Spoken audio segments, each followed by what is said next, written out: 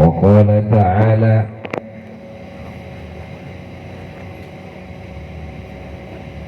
ولو أن أهل القرى آمنوا واتقوا لفتحنا عليهم بركات من السماء والأرض ولكن كذبوا فأخذناهم بما كانوا يكسبون. وقال تعالى ومن يتق الله يجعل له مخرجا ويرزقه من حيث لا يحتسب ومن يتوكل على الله فهو حسبه إن الله بالغ أمره قد جعل الله لكل شيء قدرا. وقال تعالى ومن يتق الله يجعل له من أمره يسرا.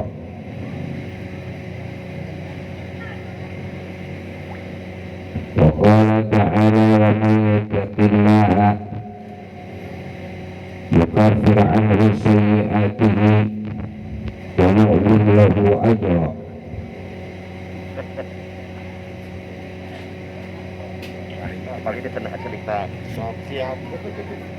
وقال تعالى إن الذين قالوا ربنا الله ثم استقاموا تتنزل عليهم الملائكة ألا تخافوا ولا تحزنوا وأبشروا بالجنة التي كنتم توعدون نحن أولياؤكم في الحياة الدنيا وفي الآخرة.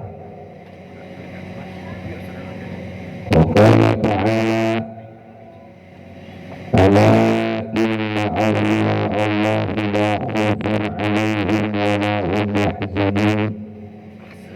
وقال تعالى الله ولي الذين آمنوا يخرجهم من الظلمات إلى النور. وقال تعالى إنما يخشى الله من عباده العلماء. وقال تعالى ولا تقولوا لمن يقتل في سبيل الله أموات بل أحياء ولكن لا تشعرون.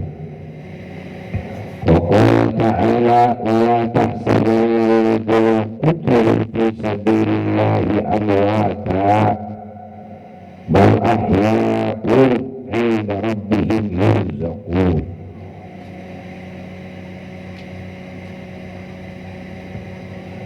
Sadaqallahu alaihi azim.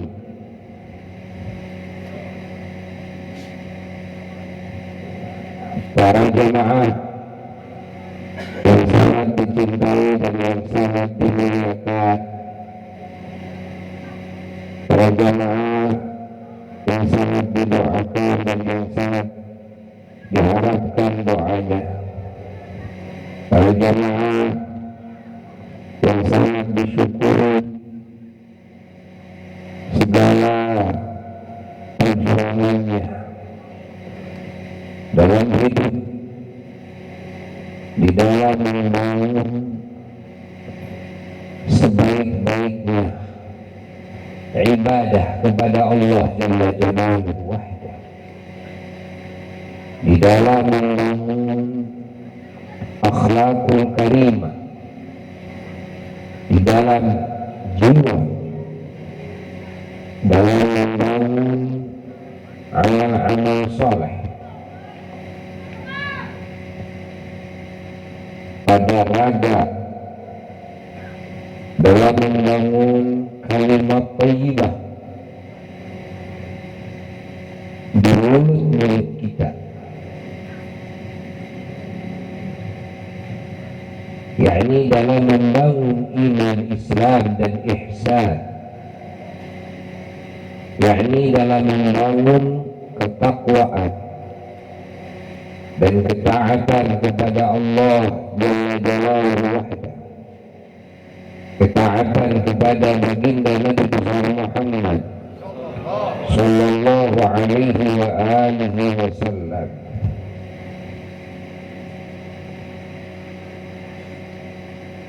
Semoga apa yang kita perjuangkan yang baik di sisi Allah, yang diridhai oleh Allah, semoga mendapatkan petunjuk Allah dan mendapatkan pertolongan Allah. Segala amal saleh yang diamalkan, ibadah, pengabdian, ketakwaan, baik yang zahir maupun yang samar, semoga diterima oleh Allah, dimabrurkan oleh Allah. Segala kekurangan-kekurangannya di dalam pengabdian kepada Allah semoga ditambali oleh Allah. Segala kesalahan-kesalahannya, baik kesalahan dalam beribadah maupun kesalahan yang murni, kesalahan di luar ibadah, maksiat-maksiat kepada Allah dan kezaliman-kezaliman kepada sesama makhluk Allah, semoga diampuni oleh Allah dan ditanggung oleh Allah. Segala aib-aib kita semoga ditutupi oleh Allah, dan semoga hajat-hajat kita, cita-cita kita yang baik di sisi Allah dikabul oleh Allah, diijabah oleh Allah. Alhamdulillah, kita bersyukur di malam ini dari awal sampai saat ini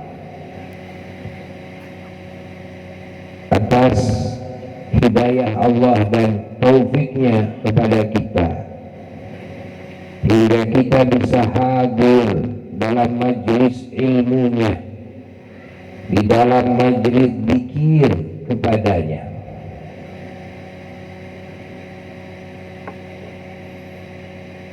Yang mana majlis ilmu dan majlis zikir adalah dua majlis yang dijadikan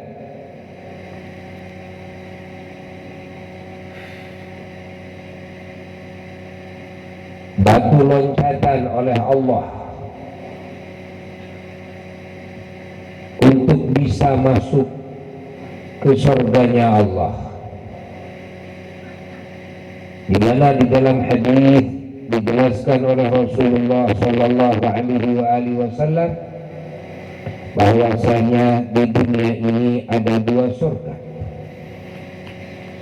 Siapa yang tidak mau masuk ke surga yang dua yang ada di dunia, maka dia tidak akan masuk ke dalam surga nanti di akhirat.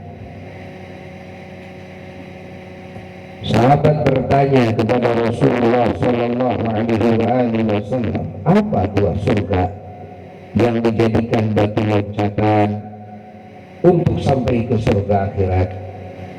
Rasulullah sallallahu alaihi wasallam menjawab, yang pertama adalah majalisul ilmi, majelis-majelis ilmu.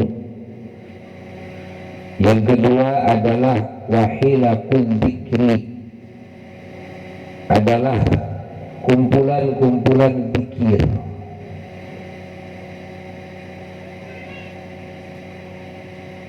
Ini dua majlis yang sangat diagungkan oleh Allah.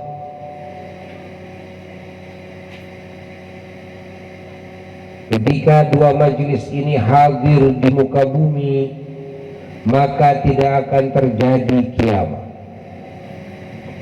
Ketika dua majlis itu hadir di satu tempat, maka musibah dan bala tidak akan ditimpakan kepada ahli wilayah itu.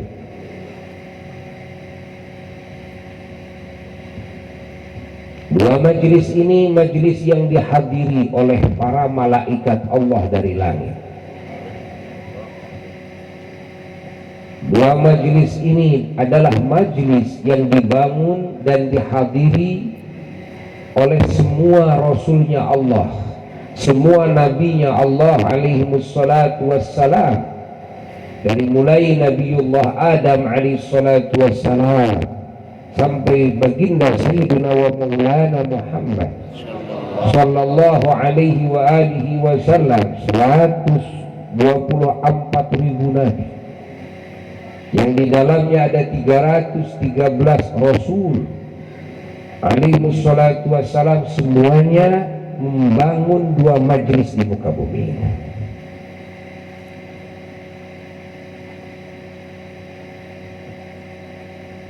Dengan dibangunnya dua majlis, maka manusia dan bangsa jin mendapatkan limpahan rahmat dari Allah,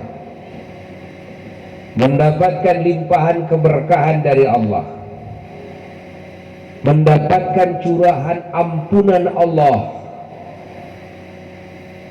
Hingga dalam sebagian keterangan dari baginda Rasulullah sallallahu alaihi wasallam, orang yang berniat hadir di majlis ilmu, Nabi mengatakan ghufira lahu qabla an yakhtua, diampuni dosa-dosanya sebelum melangkahkan kakinya. Allah Allah Allah Allah. Begitu pula dalam majlis zikir,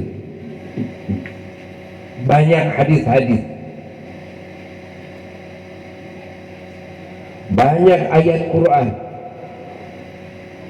sehingga Rasulullah sallallahu alaihi wasallam diperintahkan oleh Allah supaya sabar duduk bersama orang-orang yang berzikir kepada Allah.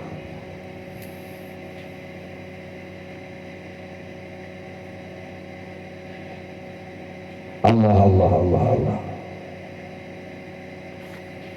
Dua majlis ini yang diperjuangkan oleh para Rasul alaihimus salatu wassalam. Selama masih ada dua majlis ini, maka manusia dan bangsa jin akan tetap utuh hubungannya dengan Tuhannya.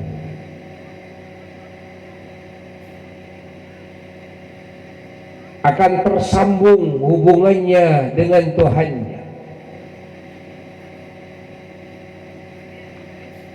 akan tersambung hubungannya dengan semua para utusan-utusan Allah, akan tersambung hubungannya dengan semua wali-wali Allah, semua ulama Allah, semua syuhada, semua sholihin, semua mukminin mukminat. Tersambung hubungannya dengan para malaikat Allah, tersambung hubungannya dengan surga dan semua penghuni surga, dengan bidadari-bidadari surga. Ketika hadir dalam dua majlis ilmu dan majlis zikir, maka hubungan akan terjadi.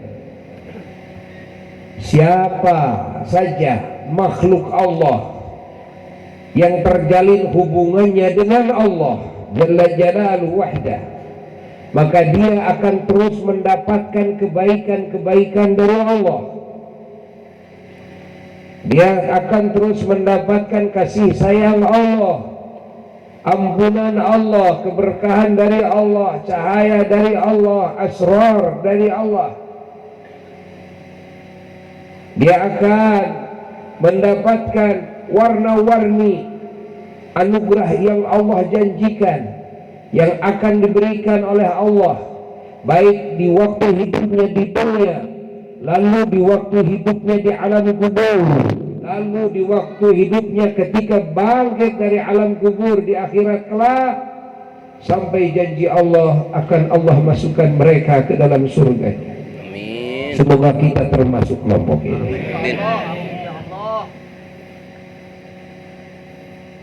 Selama ada dua majlis di muka bumi, majlis ilmu dan majlis zikir, maka alam hati manusia akan tetap suci, terang benderang dengan petunjuk Allah Rabbul Alamin, penuh kebaikan, alam hatinya penuh rahmat dan penuh keberkahan.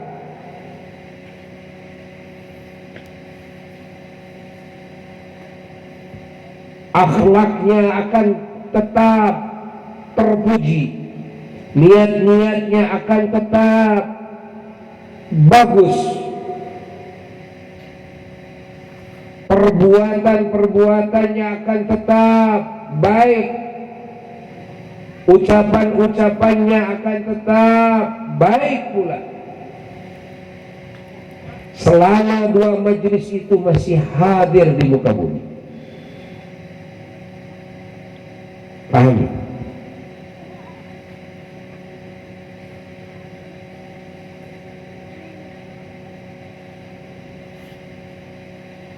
Selama dua majelis ini hadir di muka bumi,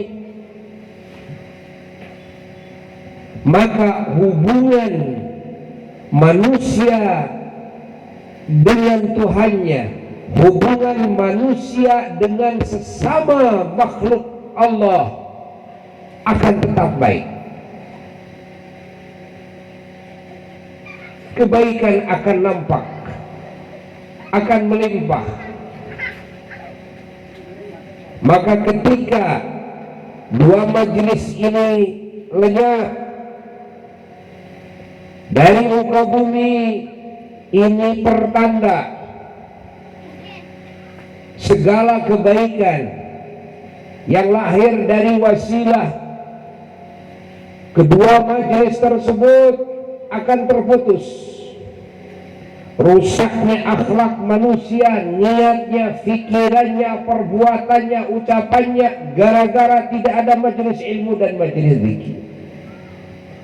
Turunnya musibah, warna-warni bencana, gara-gara lenyapnya majelis zikir, majelis ilmu.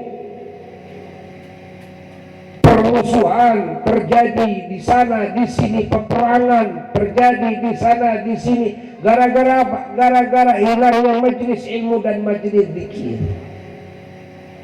Karena ilmu Allah dan zikir kepada Allah dua hal yang membina zahir dan batinnya manusia menjadi manusia seutuhnya. Apa arti manusia seutuhnya? Artinya di dalamnya tidak ada sifat-sifat syaitan, tidak ada sifat-sifat binatang, ingin menerkam yang lain, hasud kepada yang lain, ingin menzalimi yang lain, ingin membunuh yang lain, bahkan merasa lebih baik dari yang lain pun juga tidak akan ada.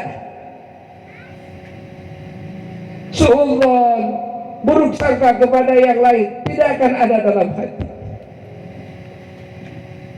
Kenapa? Karena terdidik melalui majelis ilmu dan majelis zikir, dengan ilmu Allah dan dengan zikir kepada Allah. Maka semua para wali sepakat, ketika manusia yang selalu dikalahkan oleh setan dan selalu dikalahkan oleh hawa nafsunya dan ditipu oleh dunianya, inilah kebanyakan manusia ketika ingin selamat daripada serangan-serangan bangsa setan dan kejelekan hawa nafsu dan tipuan dunia, tidak ada obatnya kecuali dua. Apa obatnya? Satu, mengisi hati dengan ilmu yang manfaat. Kedua adalah memenuhi hati dengan zikrullah. Memenuhi hati dengan zikrullah.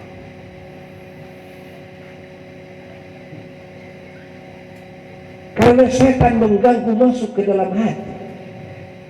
Setan mau mencelakakan manusia, bisik-bisik, membisikkan warna-warni bisikan, alladzi yuwaswisu fi sudurin nas, yang waswiswas. Yuwaswisu itu arti kita waswiswas, suka waswiswas dalam hati manusia. Ya, ngomong itu, ngomong ini, ya, dibawa untuk melamun, menghayalkan itu dan ini. Insyaallah. Apa yang diincar oleh setan iblis? Hatinya. Kenapa hatinya yang diincar, tidak jasadnya? Karena manusia bisa mendapatkan ridha Allah, manusia bisa ma'rifat kepada Allah, dekat dengan Allah, mendapatkan cinta Allah, kasih sayang Allah, karena alam hatinya yang suci. Iya, alam hatinya yang tidak terkontaminasi dengan pemikiran-pemikiran syaitaniyah. Iya, dengan keinginan-keinginan hawanya, dengan amarah-amarah nafsunya, dengan tipuan-tipuan dunia di sekelilingnya. Hatinya bersih. Maka ada istilah tazkiyatun nafas atau tazkiyatul qalb atau tathhirul qalb, mensucikan hati agar hati ini suci. Suci itu dari apa? Dari najis-najis yang dilontarkan oleh setan, dari sifat-sifat yang dibisikkan oleh mereka, hayalan-hayalan, pemikiran-pemikiran, niat-niat, etika-etika yang terus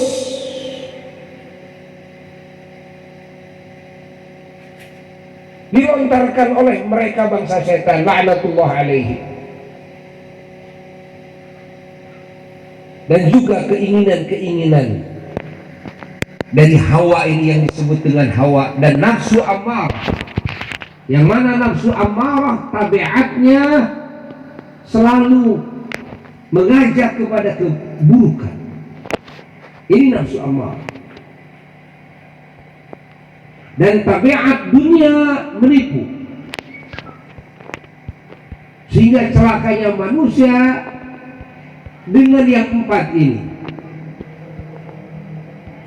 Satu dengan setan, kedua dengan hawa keinginannya, ketiga dengan nafsu amarahnya, keempat dengan dunia.